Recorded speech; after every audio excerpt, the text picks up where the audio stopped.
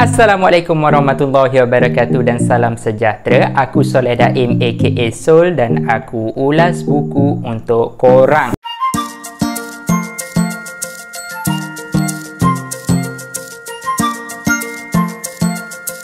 Dalam video kali ini aku akan resensi buku yang bertajuk Genesis, Kosmologi dan Dunia Kuantum daripada saudara Zamir Mohidin di bawah rumah penerbitan The Patriot. Buat masa sekarang ni mungkin kita menggelar beliau sebagai saudara Zamir Mohidin, tapi akan datang nanti insya-Allah jadi Dr. Zamir Mohidin pula kerana beliau sedang melanjutkan pengajian beliau di peringkat ijazah Dr. Falsafah di UiTM. Sedikit latar belakang berkenaan dengan penulis, Zamir Mohidin adalah seorang yang tersohor di media sosial beliau seperti di Facebook dan Twitter, yang mana beliau rajin untuk kongsikan tentang hal-hal yang berkaitan dengan dunia akademik ataupun ilmu-ilmu fizik lah terutamanya. Sekarang kita masuk kepada buku ni.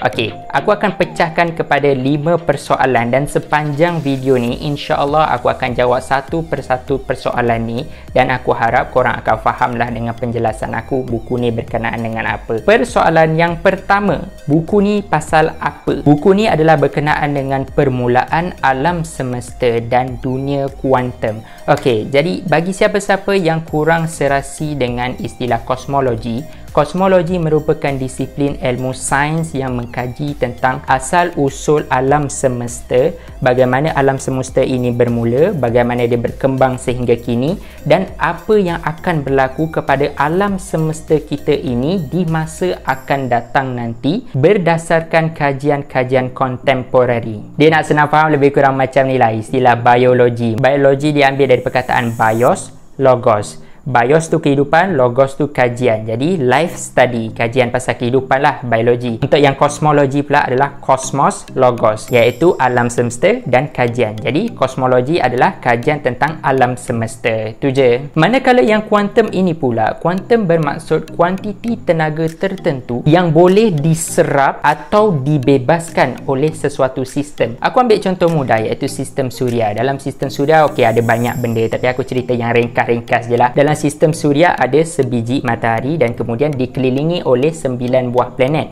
Planet-planet ni membuat pusingan dalam orbit masing-masing dan dalam mereka berpusing tu dia berputar sekali, dan contoh bumi berputar sambil mengelilingi matahari dalam orbitnya. Jadi matahari ini bertindak memancarkan tenaga solarnya bagi diserap oleh planet-planet yang ada, dan itu tidak terkecuali bumi. Bumi pun turut menyerap tenaga matahari tapi dalam kuantiti yang sedikit lah, tak serap 100%. Sebab kalau serap 100% memang habislah, terbakar semua benda. Dan disebabkan itulah kita mampu melihat cahaya matahari setiap hari. Okey, bergantunglah juga dekat mana dan cuaca hari tersebut kan.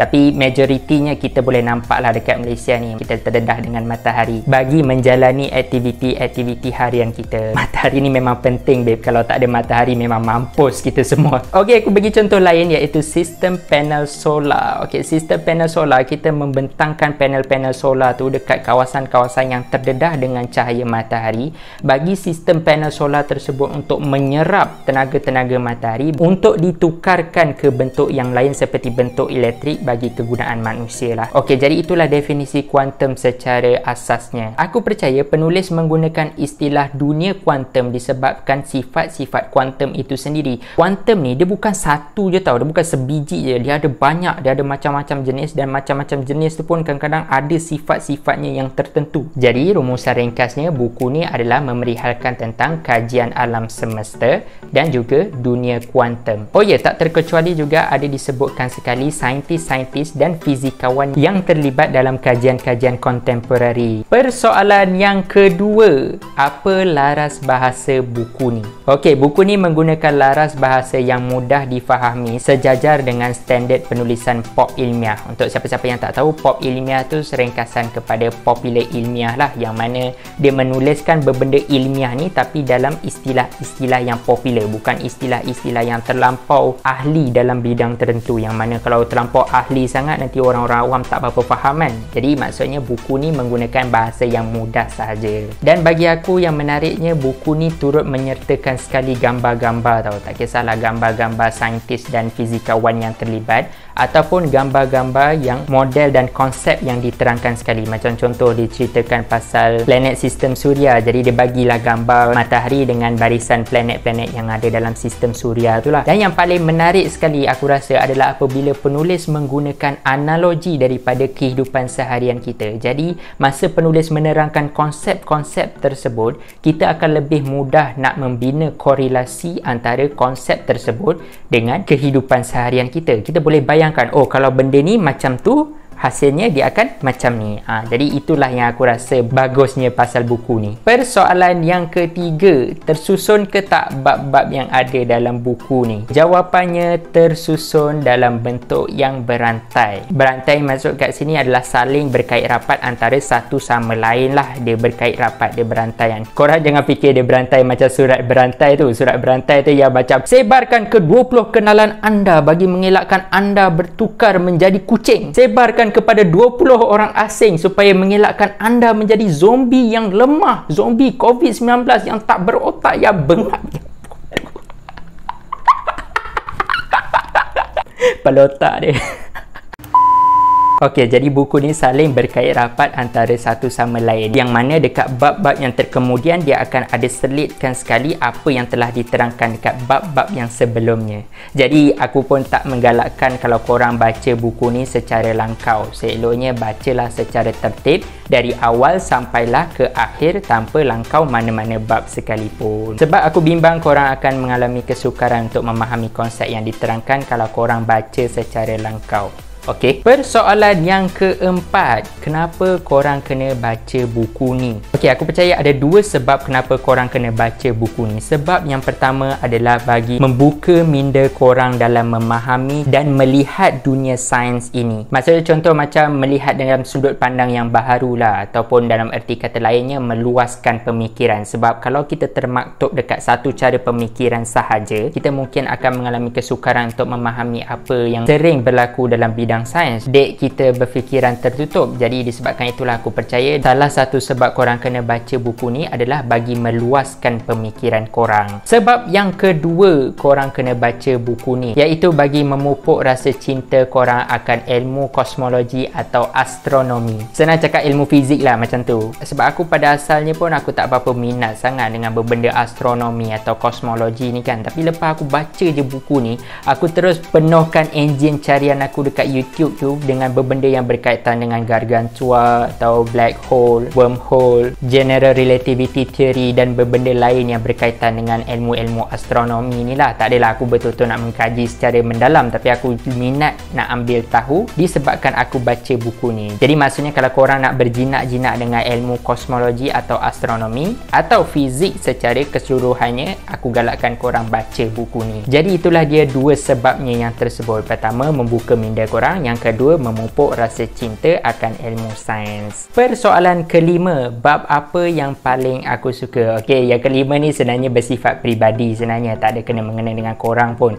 Tapi aku teringin sangat nak berkongsi dekat korang disebabkan aku rasa terinspirasi dengan bab ni. Okey, bab yang paling aku suka dalam buku ni adalah bab pengembaraan ke dimensi lain, iaitu bab yang terakhir sekali dalam buku ni. Tapi sebelum tu aku teringin nak terangkan dekat korang maksud dimensi daripada buku ini sendiri. Okey, dimensi bermaksud ukuran saiz sesuatu bentuk atau objek seperti panjang, lebar, tinggi atau garis pusat, garis yang tengah-tengah tu, garis pusat. Daripada apa yang aku faham, dimensi tu ada banyak jenis. Ada sifar dimensi, ada satu dimensi, ada dua dimensi, ada tiga dimensi.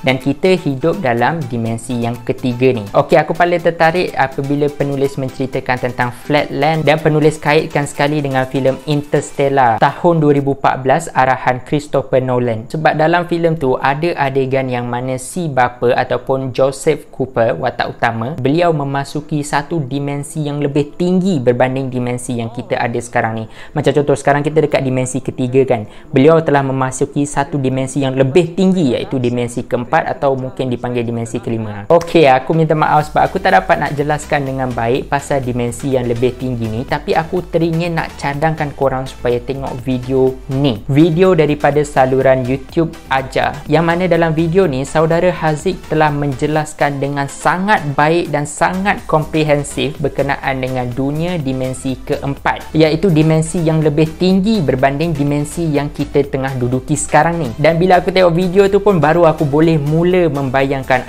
macam mana dimensi keempat, dimensi yang lebih tinggi berbanding yang kita ada sekarang ni kan. Dan bentuknya memang sangat-sangat abstrak, sangat unik, malah bentuknya lebih kurang macam ni. Dan kalau tak silap aku, penulis sendiri mengatakan bahawa reka letak yang digunakan ni mengambil inspirasi daripada adegan dalam filem Interstellar tersebut. Yang ni memang kalau korang tengok betul-betul, ini orang, ini individu macam angkasawan tersebut, dan sekeliling dia tu memang macam satu ruang, aku rasa ruang lah panggil, satu ruang yang mana dekat ruang tersebut masa dah tak terikat. Segala masa silam, masa sekarang, masa hadapan, semuanya dihimpunkan kat satu kawasan. Macam mana korang boleh bayangkan tak? Okay, mungkin susah nak bayangkan lah macam mana. Okey, jadi sebagai kesimpulan ringkas untuk buku ni, aku boleh katakan buku ni sangat sesuai untuk mereka-mereka yang meminati astronomi, kosmologi ataupun fizik secara umumnya, dan untuk mereka-mereka yang baru nak berjinak-jinak dengan ilmu-ilmu fizik lah aku boleh katakan. Dan lagi satu, buku ni yang bagusnya adalah penulis merangsang pembaca untuk berfikir. Penulis tak hanya menyuapkan pembaca dengan informasi-informasi sahaja, malah penulis melontarkan beberapa soalan setelah penulis menerangkan tentang konsep-konsep tersebut. Macam lepas dah terangkan pasal konsep A contohnya, lepas tu penulis akan tanya macam mana kalau benda ni macam tu, ataupun lepas terangkan konsep B, penulis akan tanya macam mana kalau benda ni macam ni, bukan macam tu. Jadi bila baca tu kadang-kadang terfikir juga, macam mana kalau benda tu macam tu, dan macam mana kalau benda tu macam ni.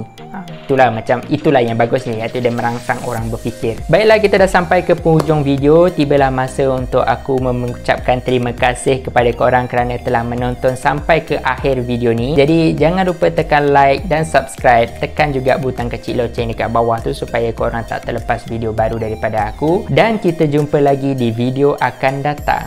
Ciao.